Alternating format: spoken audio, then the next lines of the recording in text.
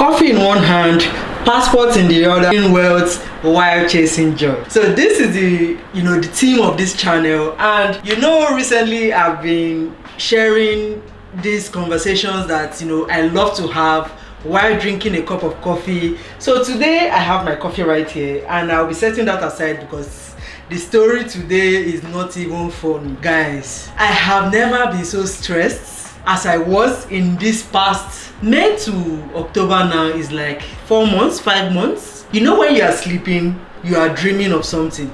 You are awake, your mind keeps drifting to that particular part. That is what Japan did to me. If I tell you the process of getting this visa, if it were somebody that is not very persistent, very like I must get this thing, I would have given up a long time ago. Like, I have never been so stressed, and Japan made sure that they stressed me. Let me tell you guys how I finally got a Japan visa after trying for 2 years, and what you should have at the back of your mind if you are planning to ever apply for a Japan visa, because trust me, it is not for the weak. And if you are not careful, you might give up. Do you know that last year I decided to apply for a Japan visa because I've been to South Korea, I've been to Thailand, Singapore. Like, I love Asian countries, so I love to travel. That is the only hobby I have aside from drinking coffee, obviously. So I decided to apply for a Japan visa because obviously your girl loves to travel and she wants to go to Japan. Tell me why I applied. And for context, right, I live in Lagos. The embassy is in Abuja. So I had to travel from Lagos to Abuja. Getting to Abuja, do you know that this embassy rejected my application after 10 days of holding my passport? Reason why they rejected it, they did not give me. They just said, if you want to apply again, you can apply. You did not tell me why I failed, but then you're telling me to apply again. Guess who was strong-headed and really wanted to go to Japan and she applied again? Me. I have to travel again from Lagos to Abuja. Flight tickets, not cheap. Like, the stress, accommodation, everything, you have to pay for that. All this is, even the passport is falling. Like, you have to plan for all these things, which is not cheap, obviously. Like, now they rejected me again the second time. Like, it was not even funny. Now they still did not give me the reason why I did not even get the visa, so I did not even know where to start. I just gave up that year because time was already going. Okay, I said maybe I'll try again next year. And luckily, opportunity came for me to travel to Dubai in December. So I took that opportunity, and thank God I did, because it was the best decision ever. Like, Dubai was the most interesting thing. Check out the video I did, 168 days in the most luxurious city in the world, because I experienced luxury at its highest, and this was a planned group trip, but it was so much fun. But now let's come back to Japan. This year I decided, okay, let me try again and apply to Japan. And instead of doing it myself this time, let me employ an agent to do it. Your girl went on Google, checked for agencies that handle Japan visa.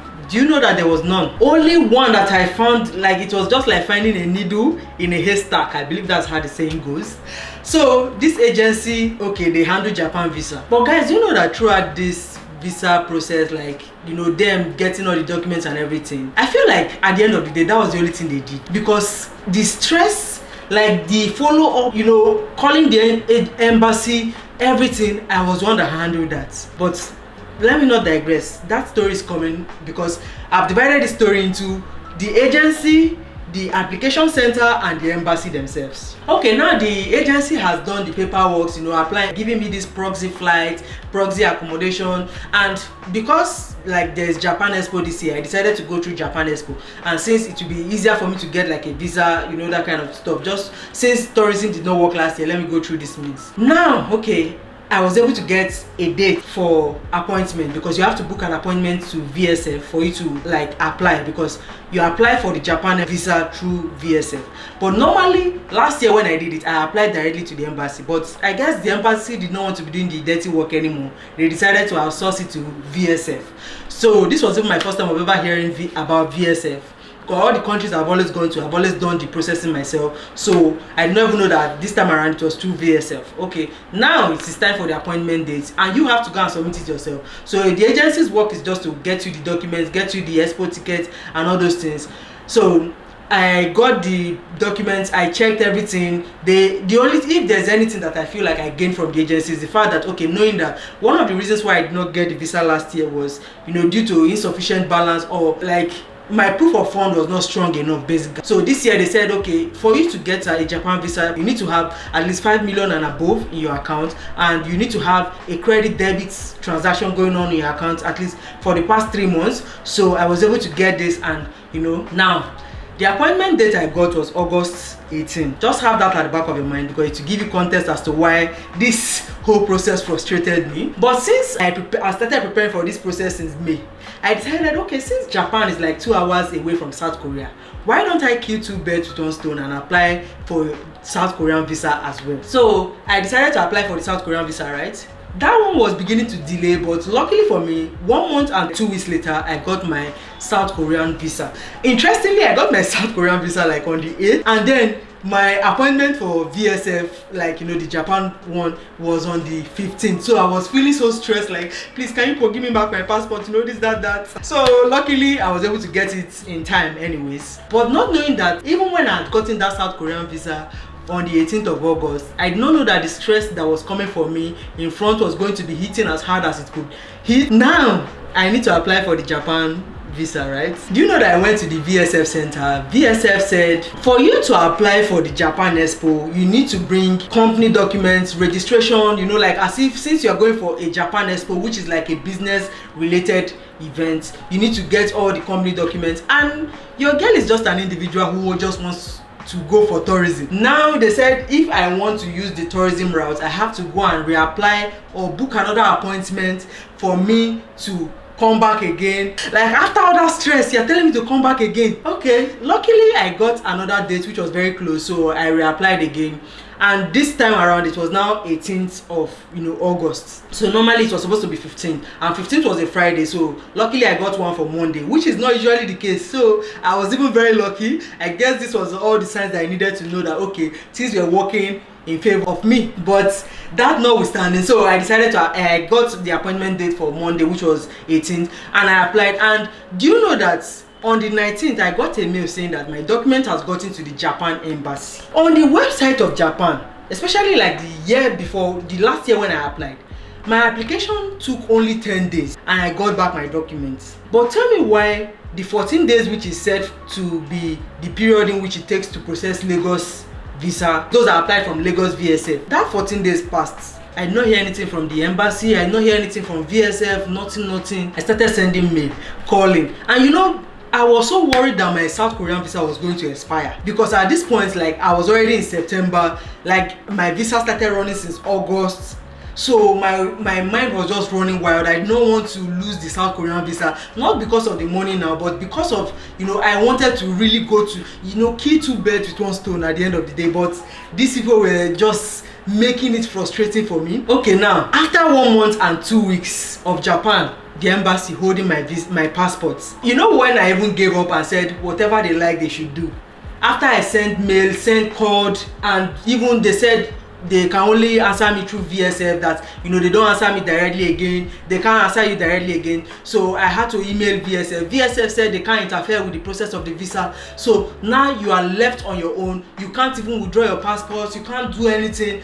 You have to wait for the process to finish. Do you know it took 1 month and 2 weeks for Japan to now reach out to me to say that the statement of account that I provided, which had 10 million naira in it, was not sufficient enough, that I should provide another proof of fund. I was just thinking to myself, like, are we going to the moon from Japan that I will need more than 10 million naira for this trip? And mind you, at this point I had already booked my flights, because I'm trying to take advantage. The earlier you book your flight, the cheaper it is. I have booked all my accommodation. Luckily, accommodation on booking.com, you don't need to pay until you get to the venue, the location. Sometimes some will say, okay, 2 days to the date you have to pay, all those kind of things. I had to provide another proof of fund. Let's just say it like that. They asked for proof of travel history for the past 5 years. Thank God I had gone to Dubai, Singapore, Thailand in this period, so I submitted all that. Finally, it took 2 months for me to get this passport back. Even when DHL has sent me a message that your passport is going to be delivered to you today, I was still thinking that Japan was still going to reject me, even after meeting all the criteria, because PTSD from my last experience. I packed in one corner. Let me check the passport first.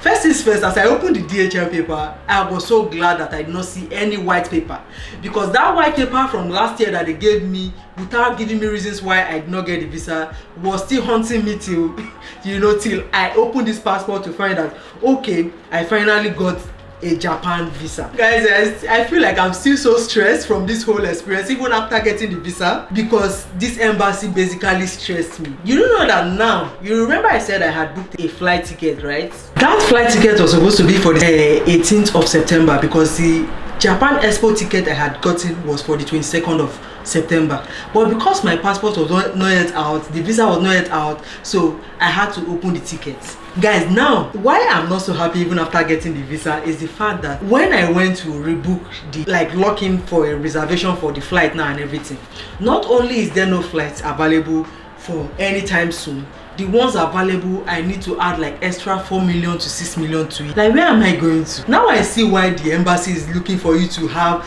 20 million in your account before they can give you a visa, because they know that when you are booking for the flights, at the time they give you the visa, the flight ticket will be like 4 million, 5 million, 6 million. But like, why? If that's not wickedness, like what is it? You can imagine, I even forgot to drink my coffee throughout this whole thing. Like, now I went to, okay, I now got a date for the flights. Now I have to add extra 2 million naira on top of the amount I had paid before. Like, it was so stressful. Okay, now I've gotten my visa finally, guys. But let me just give you tips of when you are booking your flight, when you are booking hotel accommodation and all those stuff, because I found that this has really helped me in all my trips that I have gone to solo. I usually plan those trips myself. This was the first one that I have used an agent to plan, because it felt like it was impossible when I do it alone. So at least I got the information that you need to have so amount in your account, and it needs to be running your account for some time. At least if that's the only thing I got out from that agency, because the rest of the stress was mine.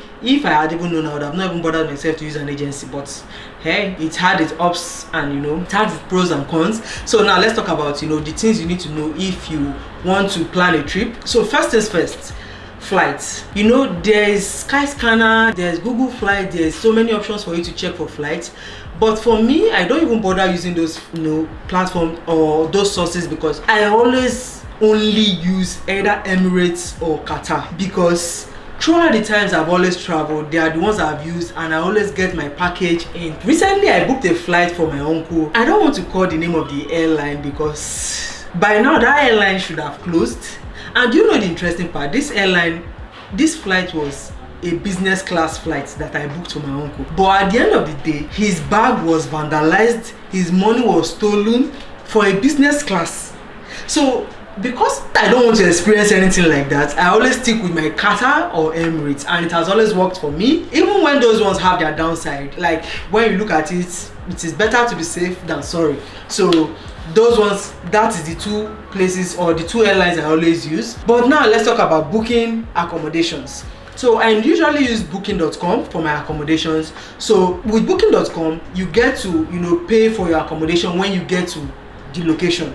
So you don't necessarily have to pay before you go, unlike when you are paying for flights even when you've not gotten the visa. So this now creates a situation where you now have to start paying extra money when you're about to use the flight. But with accommodation, you need to get there. Although some hotels or whatnot will say you have to pay, so you have to put your credit card or debit card in so that you can secure your accommodation.